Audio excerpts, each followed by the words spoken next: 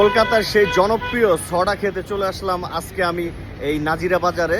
তাহলে এটা আমরা কোনটা নিতেছি? পুদিনা মশলা। পুদিনা মশলা না?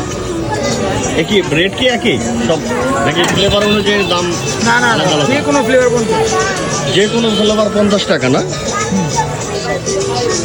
আচ্ছা আচ্ছা, এইটা কি? এটা কি? সোডা বানানো মেশিন।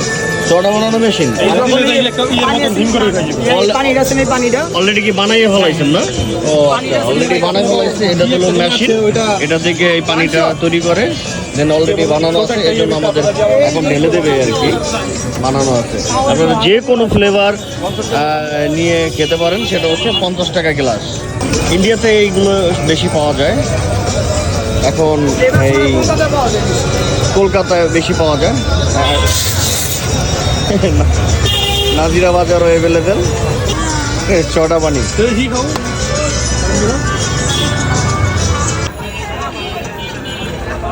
একটু ঝাঁঝালো, তবে খেতে মজা। চলো